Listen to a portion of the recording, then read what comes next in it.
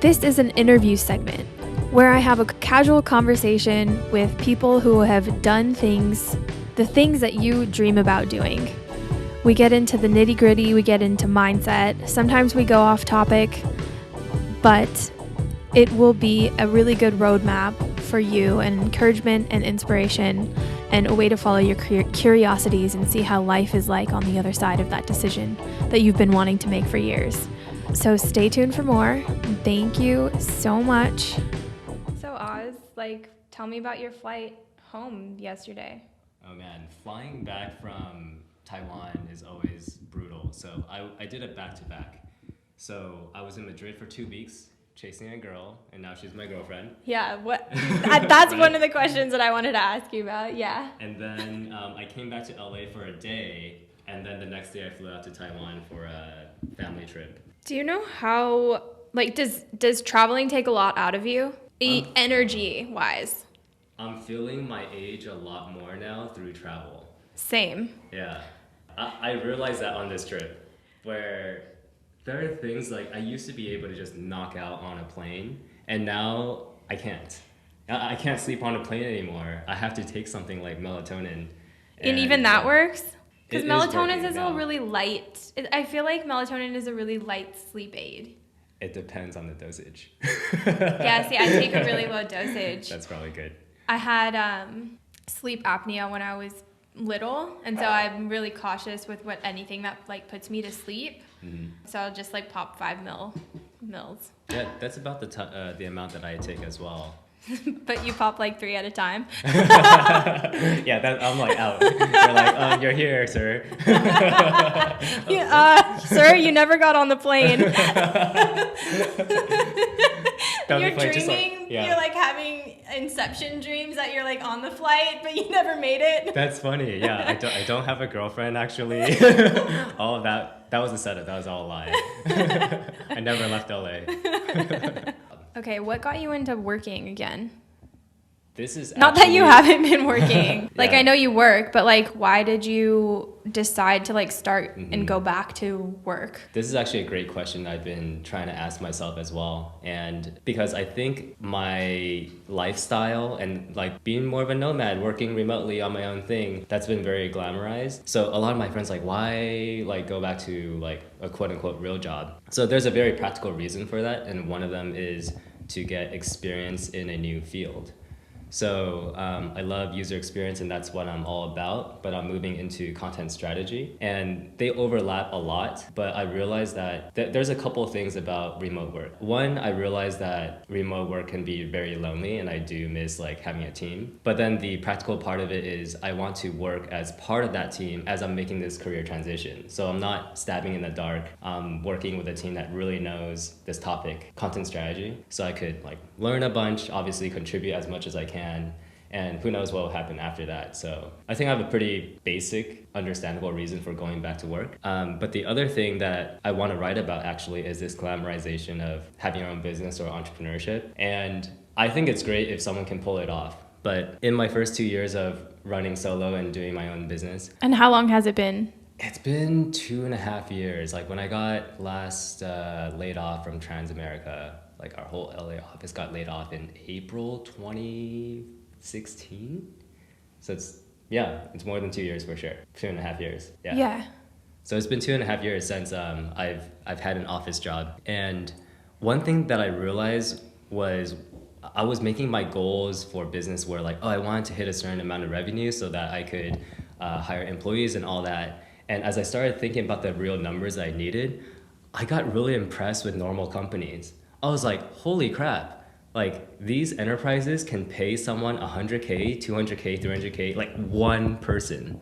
So these companies are literally funding thousands of lives. And I never saw it in that way where I really respected the operations and scale that doesn't even have to be big companies, but just successful, profitable companies are able to achieve. And I really realized that I used to project my values onto other people a lot, where I was reading, we both love Tim Ferriss and 4 Hour Work Week. So I would always kind of preach that, entrepreneurship, work for yourself, do your own projects.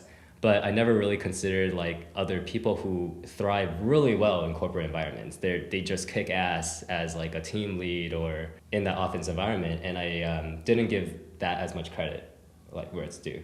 So I mean, I don't want to say you're being a little hard on yourself, but it's almost like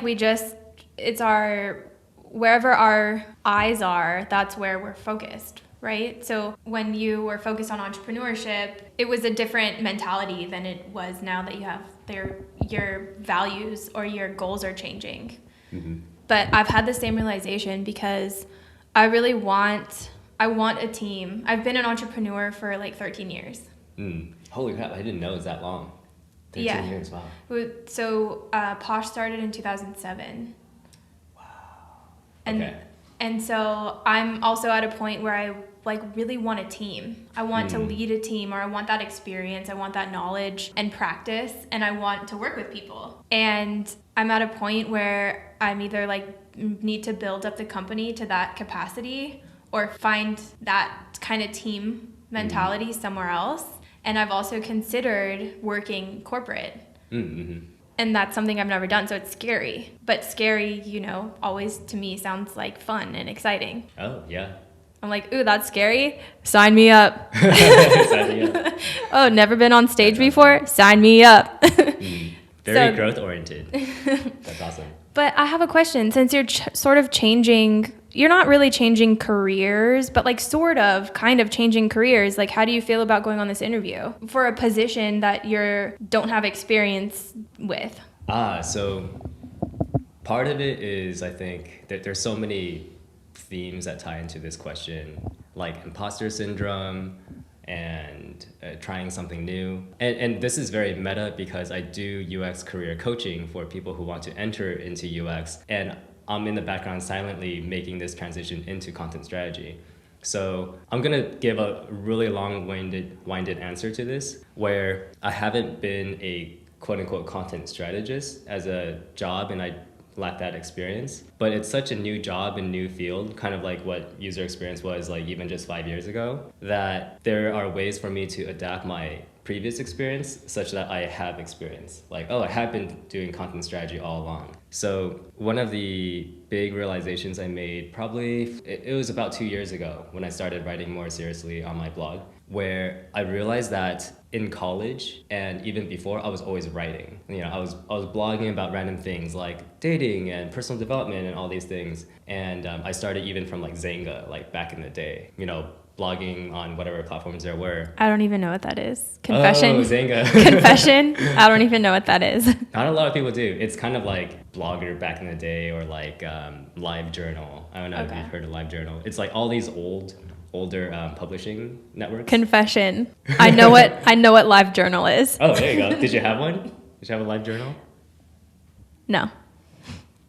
So I've been blogging forever, but I think running in the background of my mind this whole time was that I couldn't make money writing. And that was just a untested script in my head. So even as I went along in college, I studied economics, and I followed a very defined path where it was like study business, get a business job, and profit, or like that would be my life, right? And as I kept writing on the side, I realized over time that, I could monetize it, and that's been my business for the last 2.5 years, where I'm selling UX design courses and career materials and videos and stuff like that. And I made a huge loop where it was like I went from having writing as a passion and interest, but ended up getting a first business job. But from that business job, I wanted to do something more creative, so I went to UX. And in the last few years producing UX material, I realized that, wait, I can monetize written content. And so going back into content strategy now feels very natural, and it's like a circular thing where I've come back to the beginning, but now I'm more informed and I've tested my assumptions now. And it only took me 20 years. Or 10 years since I was 18. Yeah. What have you noticed about yourself since you went on the entrepreneurship journey? Like, what has that given you? Has it given you more self-confidence? Has it given you more trust in things? Because what's interesting, I think this is the part that was interesting, was you enjoyed writing, but you didn't think you could do it for money. And so you went on this whole long path of how you think you can make better money, and then you end up writing again. I guess I'm just trying to like what kind of like growth, or like what have you noticed, or what have you developed even through these like wandering path that kind of sometimes may look like it's not going anywhere, you know? Right. Yeah. Like, how did I manage this career journey? And I think a lot of it speaks to like the relationship I have with work, and that's changed. And I think that's the broader thing that I used to think in like, and I still compartmentalize things a lot, where I was like, entrepreneurship's this bucket, and I'm like gonna treat life as this bucket, and like corporate office life is this bucket. And throughout my entrepreneurship journey, so to speak, to answer your question, I realized that I was kind of putting these buckets in like they're very arbitrary, you know? And a lot of things, when I took a step back, they actually all blended together, where I realized... Wait, can I ask you, how did you take a step back? What caused the step back to look at it from like a different perspective, like an eagle's view rather than in the maze?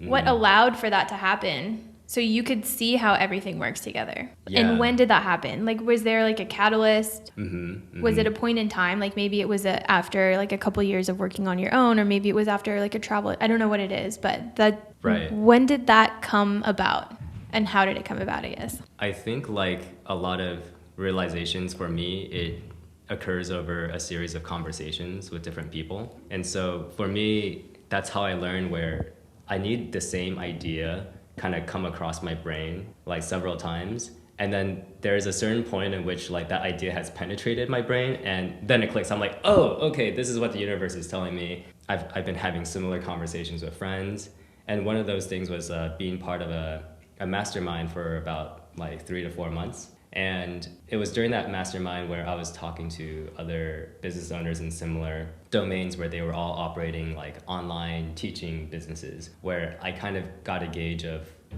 where I was in relation to them. They gave me some objectivity, and, you know... It's interesting that somebody gave you objectivity, because I feel like you're a person in my life that provides that.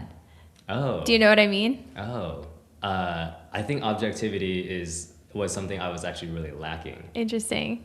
Yeah. Now you know what end of the spectrum I'm on. I feel like you're a very objective person. I can be. But I guess that's a subjective thing, right? How objective are you is a very subjective question. Yeah. That's another thing that came up for me, which is I wasn't being objective enough with like my life, my business, how I was looking at things. So with masterminds and talking to other people about their businesses, and talking to people who didn't have their own businesses but were really enjoying their corporate careers, so on and so forth, that was able to give me this view, this like ability to step back and kind of look at myself more, to be like, you know, what am I avoiding? What things was I not measuring? What assumptions did I have? And I think I had a lot of assumptions, entrepreneurship, that this was going to be like a crazy lifestyle, like, you know, working on your laptop on the beach type of thing. And that was like the image in my head when I first started out. But as I go deeper into it, I realized that, of course, like any other business owner, I want to make a ton of money and a ton of impact. But I just realized that whether I'm an entrepreneur or a office worker or a contractor or a mix of everything, like work is so fluid now. I kind of don't care as long as I feel like my message and impact is growing stronger and I'm able to get it out there. So part of me going back into the job market is because I find that there's this domain that I really care about, but I don't know enough about. And for me to figure it out on my own, I can do that, but I think it'll just be faster if I'm around other people who are really good at it. So I've seen that used as a strategy too for some other entrepreneurs who they will literally get a job in one domain or industry, learn everything they can about it, and then maybe start a business around it. I'm not hinting at what I'm trying to do, but that's definitely been in the background of my mind. Cool. I'm not sure what you go through internally, but it seems like you're pretty go with the flow about these types of things. Like I don't feel like you have a lot of like inner turmoil about making decisions, do you? Or are you type of person that just gathers all the data and then you're like, all right, that sounds better? You know, I would say that I've gotten better at making decisions over time, and a lot of that has hinged on meditation, which is just being more self-aware of like things that are coming up. Like, oh, am I acting or am I thinking about something out of fear? And if so, can I change that relationship? Can I remove that fear and replace it with love. So meditation has been a huge help for me. It's something that I totally preach. And, you know, if someone's going through problems, I'm like, have you tried meditating? You know, that's like my first Band-Aid solution to everyone. And I would say that increasing the accountability in my life, I have 2 accountability calls a week, like separate ones. And one of the themes with my friends who are running their own businesses is what's something that's in your way right now? What's a barrier? And what are some things that maybe problems that you're creating for yourself? So just having someone to talk to outside of myself, being able to externalize my problems, that's been hugely helpful because I'm sure, as you know, being like working solo for so long, it's like you're literally in your own silo, in your own thoughts. And for me to be able to just have someone to share thoughts with, that increases my productivity a lot because just by talking to someone, I'm able to see like, oh my gosh, I had that thought in my head this whole time. Like, that's crazy. That's like useless. But when it's just contained inside and I'm not talking to anyone, it's going to take a lot longer for that realization to filter out. One thing I actually really appreciate about your writing is how you're able to make a point in a way that your writing has flavor and color, but it's also very like to the point. How do you do that? You're not telling some like long story, like beautiful story. Not that your writing isn't beautiful, but you know, like, and it at the same time, you're like making the points that you want to make. It seems like your head is very like organized. Oh, thank you. Is it? I appreciate that. It's not, I doubt my own writing a lot. So wait, how do you get to that point? To the point where you're like, all right, this is good, I'm going to post it. What's really interesting to me is that sometimes I'll write an article that I think people would like. And like, oh, this is going to be interesting. People are going to like it. And like, it gets like crickets. And then something that I've maybe forgotten about, or I just kind of post on a whim, sometimes that gets a lot more shares and likes and stuff. And I'm just like, oh, interesting. You know, so I haven't figured that part out, but I think recognizing that how popular or read an article is going to be is kind of arbitrary. So that's actually a realization for me that's kind of like relieved some pressure, where it's like, hey Oz, like you're going to write some stuff, people are going to like it, and sometimes people aren't going to like it. So just write what you want. That's exactly what I do. Like with the YouTube, with the podcast, like that, anything that comes to mind that I need to like, I want to talk about or interview or whatever, like I just do it. Mm-hmm. And I know that whoever finds it will find value. And if people don't find it, then oh well, it's like up there. Mm-hmm. It's content. Yeah. Question for you is, how has your creative process changed? Because I feel like your creative output is definitely like increasing or has increased a lot, you know, coming out with videos and podcasts. Like what helped you just start producing so much more?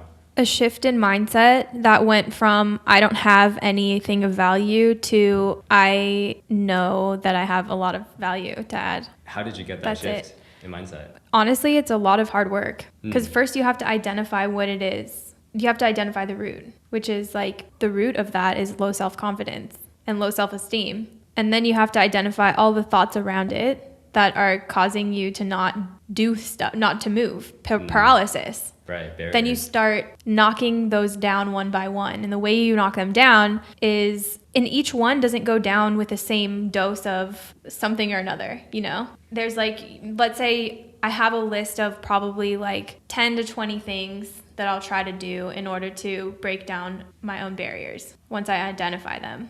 And I'll just start attacking them one by one with that list. So sometimes it's affirmation, sometimes it's meditation, sometimes it's writing, sometimes it's self-hypnosis, sometimes it's exercising, walking it out, or like dancing it out. Not specifically like, oh, I'm going to do this dance for my low self-confidence, but sometimes it's going to dance class. Like sometimes it's going to bed thinking about like praying, like help me with this. I have low self-confidence. I want to be better. This is what I have stuff of value. Sometimes it's making a list of everything that you have done that has improved somebody's life. That's a great exercise. Do you know what I mean? Fantastic exercise. Sometimes it's making a list of everything you've accomplished.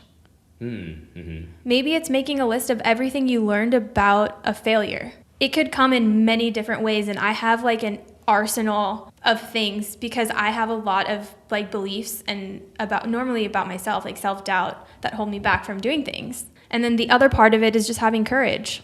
Just do it. And knowing, this is one thing that helped with like the content creation is like, I'm really afraid of what people will say about me because of my low self-confidence. And so it's telling myself that people are going to beat it down and just keep making a commitment to keep going with it and improving every time that you produce something new. The only, like, you know, people say, like, you're only racing yourself, only look at yourself. It's like, I'm not going to look at somebody who has 2 million followers and 400 videos because they're way ahead of me right now. I'm not going to be at their level. Nobody's watching their number 1 through 16, 14, 15 videos. Right. Nobody's going to see that. So, like, just keep going at it and improve every time. So I think as an exercise to myself, I'm going to find those people that I admire and, like, try to find their earliest, like, articles and work and actually use that as inspiration. Like, hey, this is where they started too. I've done it. Yeah? Yeah.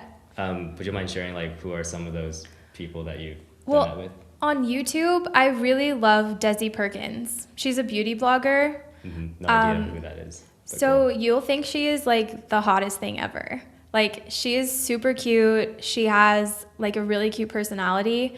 I don't follow much of her makeup tips because her skin is a lot different than mine. And also, she's like a pro makeup. And, like, I just can't do that every day. Yeah. But I just love watching her because, I don't know, Jose knows. I'm like, Jose, check out Desi Perkins. He's like, oh, I know Desi Perkins. And I was like, you do intro me. He's like, no. I mean, I know her YouTube. Like, I've seen her stuff. But she's just super cute. She's fun to watch. Like, even if you don't wear makeup, she's, like, fun to watch. Don't you think, Jose? Oh, yeah, for sure. Yeah. Okay, I'll check her out. We'll link her below. And then, you know, like, there's this girl I know, the Skinny Confidential. Do you know the Skinny Confidential? Lauren Eberts. I've heard of it. So I used to date one of her friends, and now she has, like, 1 million followers. But even back in the day, I knew her when she first started her blog. I knew what she was doing, you know? Like, I saw her stuff back then, but I know that she's also improved, like, significantly, you know, over the past, like, 8 years. And so I'm really curious in terms of goal setting for your creative processes. I'm actually not sure what you're working on. Maybe actually I'll ask that first. Like, what are your current, like, goals? What are you working on? Yeah. Okay, so we still do the Amazon online stores, and then we also do consulting. So, like, I, like, go to Australia. I have clients there that I, like, for brands that want to sell product on Amazon, and then I'm also, like, launching new brands and building up new stores. That's very cool. So, like the podcast and your other creative output, is this kind of tied into that, or is it kind of like a separate thing? This is all part of, like, my marketing strategy. It's to build and create content. So, like, I speak at events for marketing and also to, like, improve my speaking abilities, because we all know, like, I live inside of my head most of the time. I think you're doing a fantastic job. Thank you. So yeah, it's for marketing and providing value. At some point, when you have, like, your everything, you have everything you want, right? You have enough money. You have your group of friends. You can travel whenever you want. You can do whatever you want at any time of the day. Like, I find myself asking, like, well, what do I actually really want now? I have everything that I've always wanted, and it's still not enough. And by not enough, I mean, like, I'm not satisfied. I'm, like, in here. Like, my soul needs to be fed. Right. And then at that point, I started asking myself, like, how do I feed my soul? And then it's like, but, like, really, this is going to sound so cliche, and I don't even want to say it, but the words are going to come out of my mouth. It was like, let's, like, you know, I want to help people. And that's how, like, the whole consulting thing started. Like, I have, like, now, after I broke down that barrier of I have nothing to give, it's like I have a lot. I have a lot of experience, like, a lot to give. And that's where, like, the building content and stuff came from.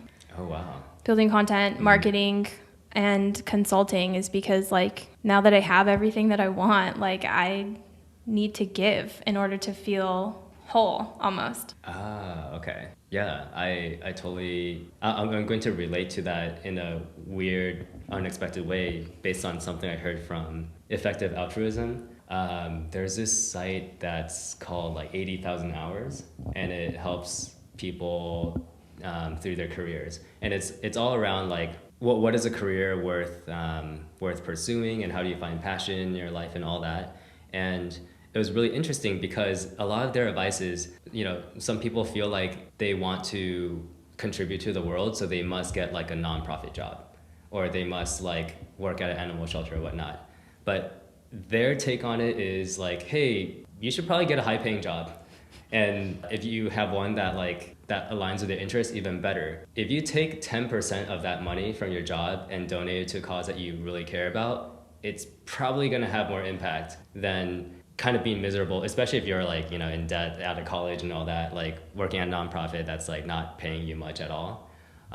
So how I'm like tying that back into what you said about like feeding your soul, it just reminded me of like at a certain point you felt like you had, it's almost like the opposite way, where like you felt like you've had enough, you built up your business, you have all this freedom, and now there's this kind of coming from the other direction, there's this burning desire to like help and like reach out to other people. So it's really interesting to like see how like that first advice that I heard from like 80,000 hours, that's kind of like someone at the beginning of their career, and I feel like what you just shared is kind of someone like mid-career, where you have a totally different frame of mind. You know what I can relate it to? Remember earlier when we were looking at these cups and they say, do what you love? Yeah. And you're like, what if you love drugs? I was like, do all of the drugs. I did all of the drugs. All of the drugs. I did all of the drugs. I ate all the food that I wanted to eat.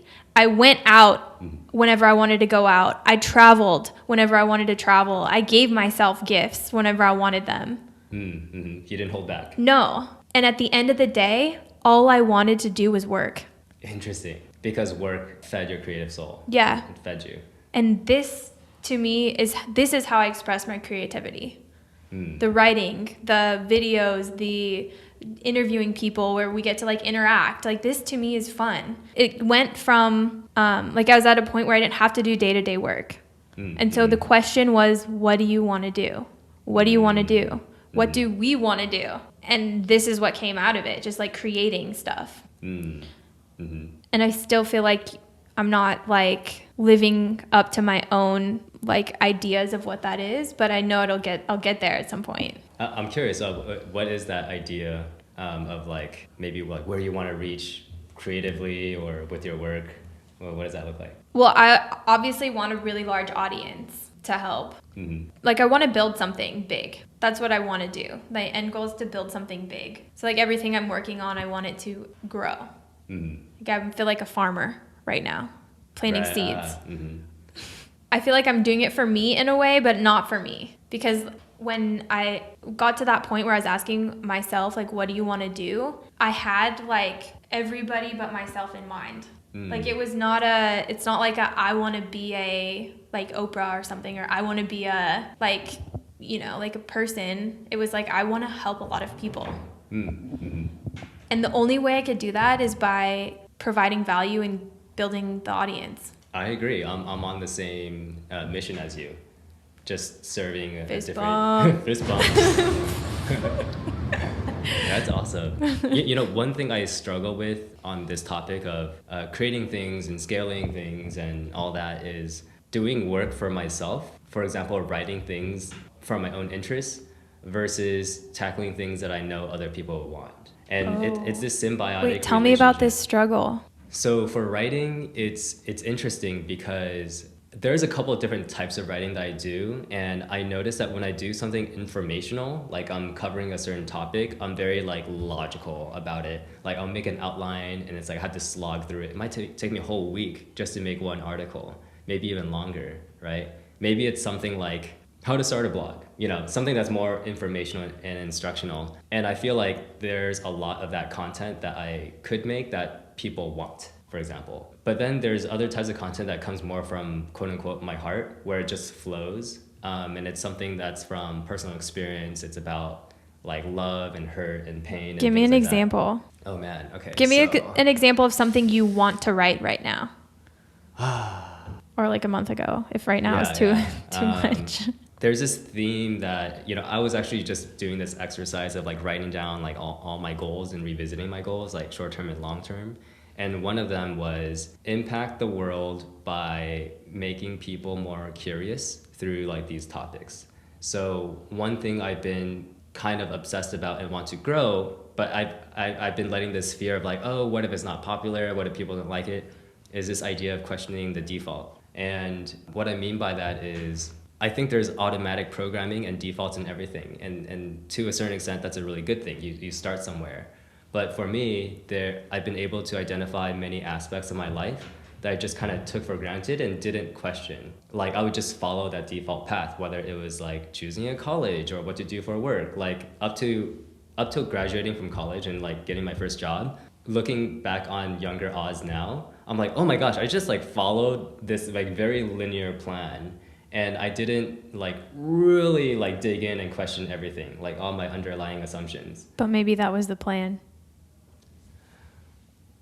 I think it was a plan, but I wasn't as present in it as like I would like to be. You weren't consciously choosing decisions. Right. You were doing like, yeah, you were on a track. Right, yeah. I was totally on a track. And it's not to be on a track, but I think it's, for me, what bothered myself a lot about the way I was acting was the lack of like intention and thought and like really asking myself like, what do you want? Does this Are align? you judging your teenage self? I totally am.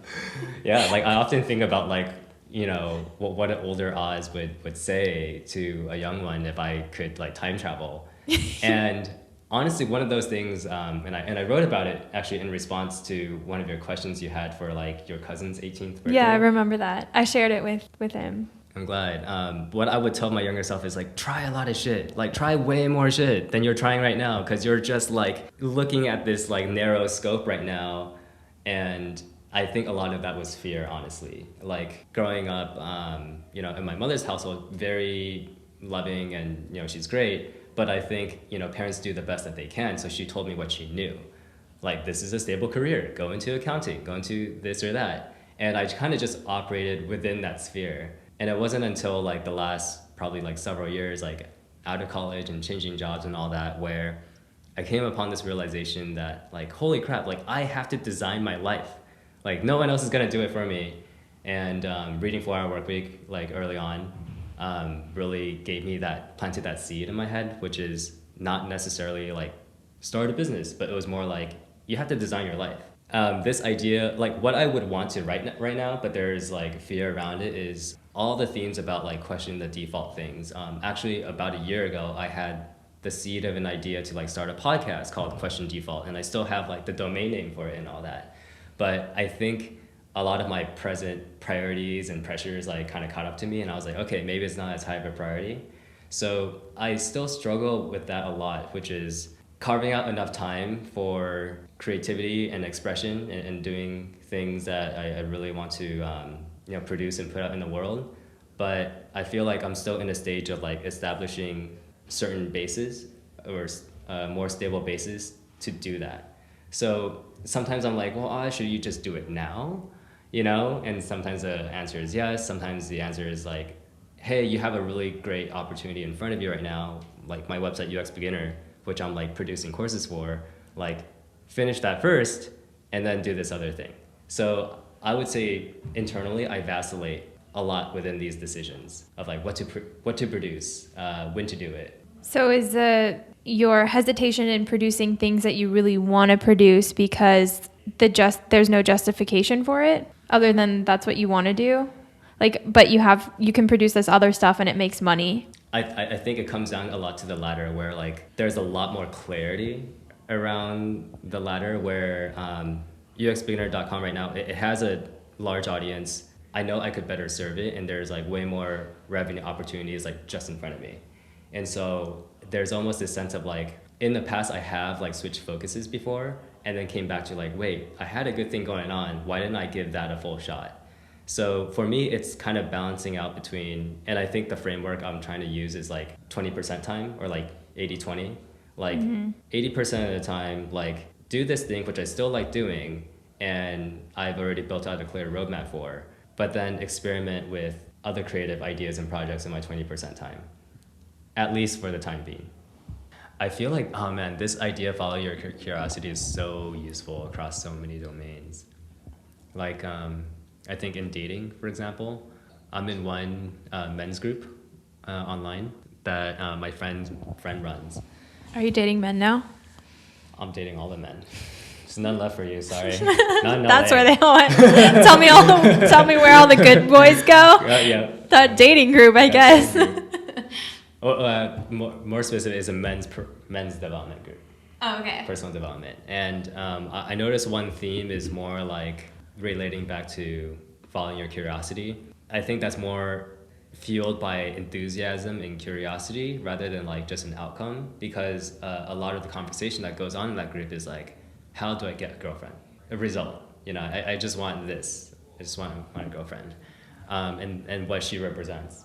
But I think it's hugely beneficial to just lead with curiosity and be like, instead of like thinking of every girl or person as a target to become your something, it's more beautiful and relaxing to be like, I wonder what she's all about. I'm kind of curious about her. Let me like find out more about her and actually get to know her rather than be like, can she be my girlfriend or not? Because what if she's terrible? Yeah. Or maybe she's great. Have you talked about your dating life on your podcast? I think there might have been one video I had gotten, like maybe one, but not in depth. It was more of like this is something that happened, and like, don't let anybody tell you who you are or what to do. Mm-hmm. That's what came out of that. So it wasn't like in detail about, it was just like this, like something happened and it sparked a note, like a thing in my head that was like, dude, don't let people tell you who you are. Mm-hmm. And if somebody shows you who they, like Oprah always says, like her best advice is from Maya Angelou, I think, is like, if somebody shows you who they are the first time, believe them. Can you give me some context? See, I didn't get this quote either. Yeah. I was like, yeah, like, duh. But then, like, then you keep making the same mistakes over and over again, or you let certain people into your life, or you let certain people treat you a certain way, right? I'll give you, like, a very, like, concrete example. If you get the impression that somebody's flaky, they're probably flaky. Don't try to talk yourself out of it. Interesting. If somebody gives you the impression that they're like a fussy eater, they're probably a fussy eater. This is so interesting. If somebody gives you the impression that they're manipulative, they're probably manipulative. These are like little things that go off in our heads that we tend to ignore. We tend to like look at the better side of them. We tend to ignore their like bad sides and just look at the good sides. That's what I think the quote means to me. I really agree and disagree. And this might come because I don't have the most intuitive feel for people the first time. And because of that, I feel like I could be like nervous or not myself the first time someone comes across me. Like I try my best, try to be like myself and like kind and all these qualities I have, but in certain contexts, maybe I'm more nervous, maybe I'm not as present as I could be. And I myself would hate to be judged in that one instance, like let's say I had a frazzled day, I just had a ton of interviews and I met up with a friend who's introducing me to their friend, and I just kind of like wasn't there, I was kind of checked out. If that friend was like, oh, Oz is kind of just like not a present person, like he's not, someone I would want to talk to, I would be crushed. I'd be like, I had a crazy day, man, But what does that show you about that person if they say something like that? I would say that I could understand why they would think that, but I myself would be hurt, have been judged in such a way. And I admit I've done that judgment myself where, maybe it was just like the first time I came across someone and, like just left a bad air in the room. But then I was thinking like, well, I don't really know them. This is just like one slice of what I got. So it kind of comes back to my tendency to like have this struggle between intuition and trusting my gut. And wait. Like, I think we're missing something here. Yeah. If somebody were to judge you that harshly, what does it say about them? That they're very judgmental. Do you want to be around somebody who's judgmental like that? No. You get everything that you need to know is in that, right there. I see what you mean from one aspect. Like you are who you are. You may have a stressful day. So I get like this too, where get into my own head. Like, oh, am I going to be enough for these people? Usually the people that I'm not enough for don't belong there anyway. And the other people who are like, how I'm like, oh guys, like I was really off the other day. They're like, dude, no, you're fine. You know, you were how you were. Those are my people. Yeah, you were acting weird, but we love you. Yeah. Not the kind of people who are like, dude, what's up with your friend? She's really spacey over there in the corner. She sucks. I totally see what you mean, but I've also seen the power of been given the grace of like a second impression, and also like being able to give that grace to someone else before. Like one of my really good friends now, who I went to her wedding last month. When I first met her on this like summer exchange trip, I totally thought she was a mean person. Like just by the way she held herself, like, you know, the way that she looked. She had bitchy vibes. Yeah. She didn't look approachable at all. And but I gave her a shot because you know, it was like a summer exchange program, and I was like, oh, I'm here to make friends. And because you're like non-judgmental and an open-minded person. That's true, but I could. It was so. Maybe she was so hot that you were like, I just see hotness. I just see hotness. I need some of that. This is gonna be so funny for her to hear later. Hi, Priscilla. People say I give off bitchy vibes, especially my younger years. People would like come up to me and we'd become friends, and then they were like, you know, I really thought you were going to be a really mean person. Like, why would you think that? They're like, I don't know. Yeah. But you're actually not. I'm like, okay. Yeah. I guess in a way, it means know that about that person. It doesn't mean you have to like block yourself off from them, but just means that that's one thing that you know about that person. If that person's judgmental, that person's just judgmental. Right. Like don't ignore signals that make you feel something. Yeah. So I've actually we only have like a few more minutes, but lightning round. I wanted to ask. I have to ask about you chasing this girl around Spain. Okay, how did that come about? What happened? I met Kayla the first time I was in Madrid. Totally fell in love with the city. If you haven't been, Madrid, Spain is just incredible. I actually met her on Tinder. And while you were there? Yeah, while I was there. Wait, so does she live there? So she is there for a year and working there. Yeah, but she's Canadian. So are you gonna like, how do you do that? I think this is a great broader conversation about like fear and decisions, because I think before we mutually made the decision to give a relationship a shot, I had a lot of fears about like, I've never been in a long distance relationship before. I'm inexperienced in this, like, is it gonna work out? And I was just kind of thinking about like the end. But then how I came around like personally to the decision where I was like really excited to be with her was in the time that we spent together. There were so many qualities that I love about her that it dawned on me that I would be a fool if I didn't give this a shot, you know? And it's like, oh, if I could do long distance with anyone, I would choose her. Like I reframed the question from like, should I do a long distance relationship to if I could have a long distance relationship with anyone and who would make it work, who would it be? And so that helped me a lot. I think it also helps that we were both on the same page in terms of being realistic. So we both agree that like at a certain point, we do need to have a plan to be in the same place. You know, it's not gonna be a long distance relationship forever, but we have a lot to figure out over time. Cool. Okay, so you met her in Madrid, like when? Last year? No, this is just a few months ago. Okay. When I was in Europe for 2 months, and I was in like Spain for like half that time, for like a month. Okay, so you were Tindering in Madrid. You met Kayla. Mm-hmm. How long did you have with her on that first meet? Oh, I see. So it was like a week.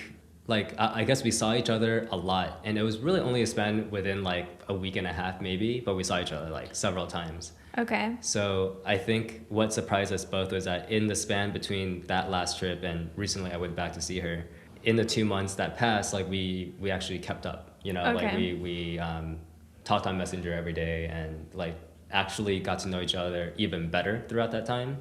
Sometimes long distance relationships can do that. Mm-hmm.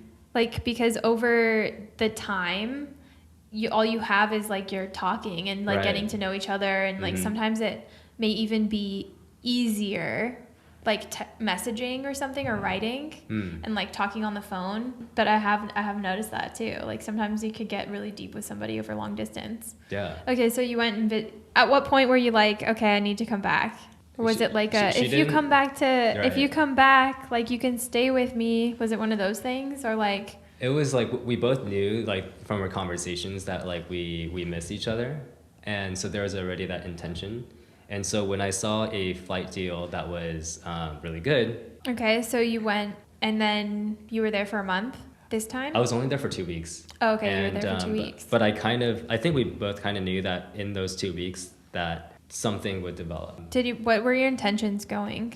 To grow the relationship, to be more curious about how we were, because I felt like the first time that we were together, which is like a week and a half, like wasn't enough for us to make a decision to be like, hey, let's be boyfriend and girlfriend. I know exactly what you mean, yeah. Yeah, so this second time it was like a concentrated period in which we could spend a lot more time together. There was focus. We also took one weekend trip, like.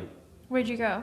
To Bilbao. Oh, nice. Yeah, which is in the north of Spain. And to anyone who's listening, the north of Spain has better food than elsewhere in Spain. Like that's where the best Spanish food is. So, and I think traveling, like you know this as well, like traveling with someone is like a really quick way to get to know someone. Yeah. I mean, we didn't do like in-depth travel, but just like there's so many logistics and little things that happen that show how you could have partnership and teamwork with someone like through travel. And like Kayla is like such a pleasure to travel with. It's like, that's so important. Yeah, like we could like share responsibility. She takes initiative as well, and like making decisions together is like really easy. On my potential boyfriend checklist of activities in order to get to know somebody, travel is one of them. Yeah. Must travel together. Like take a trip wherever. Yeah, I completely vouch for that. If that doesn't work, cross that off. He's got to go. I guess because when you travel, it's kind of like a container for a intense relationship for however long that travel is, because you're having to make decisions like all the time together. One thing that I've realized over the years is, and my friend T helped me with this, is do you like who you are when you're with her? I do. Sometimes probably even more.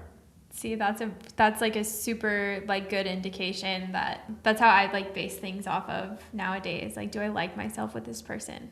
Do I like who I am? Am I my best self?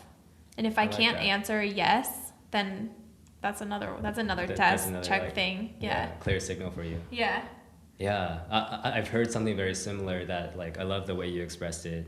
How I heard it is, it's not just how you feel about that person, it's how you feel about yourself when you're around that person. That's such a great heuristic for relationships. All right, well, let's wrap this up because Oz is going on an interview. You'll have to update us, let us know how it goes. Send good vibes. We're sending the best vibes. The best vibes. So the job is in Manhattan Beach. Will you commute? Well, it's more like an early conversation. Okay. Which like... It's a prelim. Yeah. So It's just like getting to know some people there. Getting the feels. All right, cool. Well, we'll send you off with good vibes. And thank you so much for being on our YouTube channel and Posh Incredible Transformations podcast. Thanks for having me again. I realized the entire time I haven't been really looking at the camera, so it's all right. I would love to come back in the future. All right, cool. Yeah, let's do round 2. Yeah. Awesome. If you want like your links or whatever, just tell me what you want in the podcast, and I can do it on the intro and the outro. Oh, sure. For a plug. Yeah, it's quite easy. My personal blog is Oz Chen, OZCHEN.com, and I post articles about everything there: content strategy, relationships, productivity. Cool. All right. Thanks, Oz. Love you. Love you. Love you long time. Love you long time. Love you long Tim. All right, cool. Thank you.